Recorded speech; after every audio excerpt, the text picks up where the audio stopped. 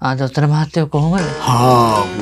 මුහුදුහුල වාලියා කියනවා. ධම්මික මහත්තයාට මම මතකයිද මං අර ඇවිල්ලා ධම්මික මහත්තයාගෙන් අමතක වෙන ලෙඩේට බෙහෙත් ගත්තා. කවුද ගස්ලම්බ සමච්චේතක පොල්ලූර ධම්මික කියලා කියන්නේ? හරි තමුසේ දැන් තමුසේගේ අමතක කරන ලෙඩේ මොකද තත්ත කියලා කියනවා. ඒක නම් දැන් හරි. මට මේ ළඟදී දැන් චමුදිත මහත්තයෝ තව ලෙඩක් තියෙනවනේ. චමුදිතලු ඒ පාර සමා වෙන්න වෙද මහත්තයෝ මං කියන්න ගියේ මේ ළඟදී දැන් මට අමුතුම ලෙඩක් තියෙනවා. මොකද්ද? වෙද මහත්තයෝ මම පාරේ යනකොට ළමසියෝ දැක්කම අනේ මං බැඳලා කියලා අමතක වෙනවා. ඕක ප්‍රශ්නයක් නෙමෙයි දුරින් ඉඳන් බැලුවට කම් නැතේ. ඕකට මම බොන්නේ නැති එකම කසායා.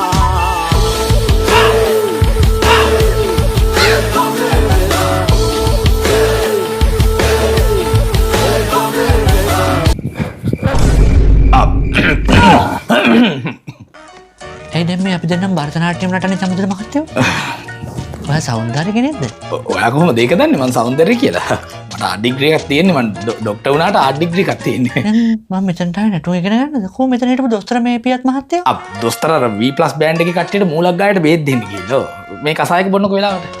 අනේ හොඳයි මං එහෙනම් කසාය ටික බොන්නම් කොහෙන්? හරි. ගිහින් එන්නම් මේ සසි මහත්තයා. නෑ ගිහින් ආයෙ එන්න එපා. එන්න එපා. කවදාවත් එන්න එපා. කොහොමම යන්න. ඈ? ගියම්මට